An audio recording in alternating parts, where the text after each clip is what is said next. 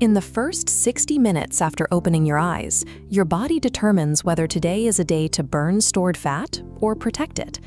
Many morning routines accidentally trigger a fat-storing survival mode. When cortisol and insulin rise together early in the day, the body begins holding on to every pound, specifically targeting visceral fat around the organs. This chronological 7-step routine is designed to override those stress signals and shift the body into fat-burning mode before breakfast even begins. Success starts with 3 things ready the night before: a separate alarm clock, water with mineral salt, and high-protein breakfast ingredients. Because visceral belly fat has 3 times more cortisol receptors than fat anywhere else on the body, managing these morning hormone signals targets the area that is often the hardest to change through exercise alone. Methodical. The routine begins at minute 0. Step 1 is a 30-minute ban on all phone use. Reaching for a phone the second you wake up forces the brain to process emails or news notifications. The brain interprets this immediate stimulation and urgency as a physical threat, flooding the system with cortisol. This chart shows the danger of that habit. Your cortisol levels are already rising naturally to help you wake up. Checking your phone adds a secondary stress spike on top of that baseline, creating the specific hormonal environment where belly fat is the primary target for storage.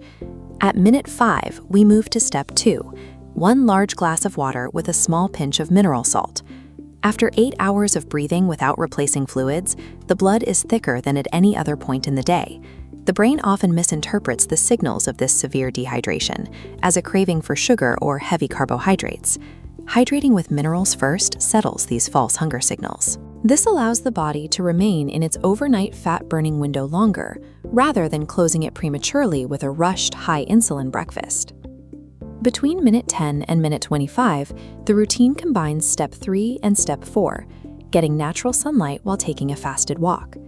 Natural light hitting the eyes sets the circadian clock, which regulates when melatonin falls and how sensitive your cells are to insulin.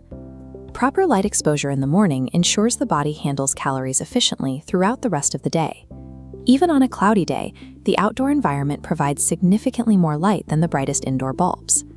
As this comparison shows, indoor light is often insufficient to signal the brain that the day has actually started.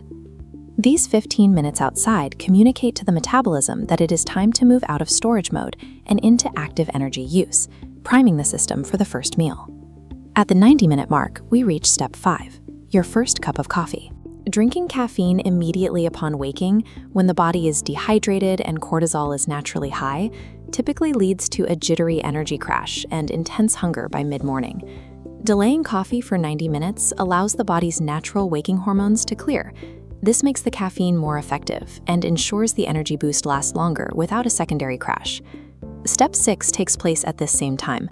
Eat a breakfast containing at least 30 grams of protein.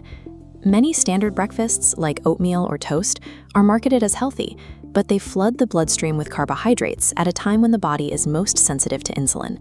This graph compares the 2 responses. The red line shows the spike and crash typical of a carbohydrate breakfast, which triggers fat storage for hours. The blue line represents the stable response from a high-protein meal, preventing those cravings from starting. To reach 30 grams of protein, aim for portions similar to these: 5 large eggs, a large serving of Greek yogurt, or a palm-sized portion of lean meat. This leads to the 7th and final step, a 10-minute walk taken immediately after eating. When you walk after a meal, your contracting muscles pull glucose directly out of the blood to use for fuel. This process does not require insulin, effectively clearing the sugar from your breakfast before it can be stored as fat. Utilizing this post-meal movement protects the metabolic work done throughout the morning, ensuring that your first meal of the day fuels your activity rather than your fat cells. This 90-minute sequence provides a clear path for your morning, from the initial phone ban and mineral hydration to the sunlight, protein-heavy meal, and the final walk. Every step works to keep you in fat-burning mode. Your metabolism has been following the signals it received every morning. When the phones signaled danger and the missing sunlight suggested the day hadn't started, your body responded by prioritizing survival and fat storage. Try implementing just one of these steps tomorrow, like the 30-minute phone ban. Subscribe to the channel for more biology-based routines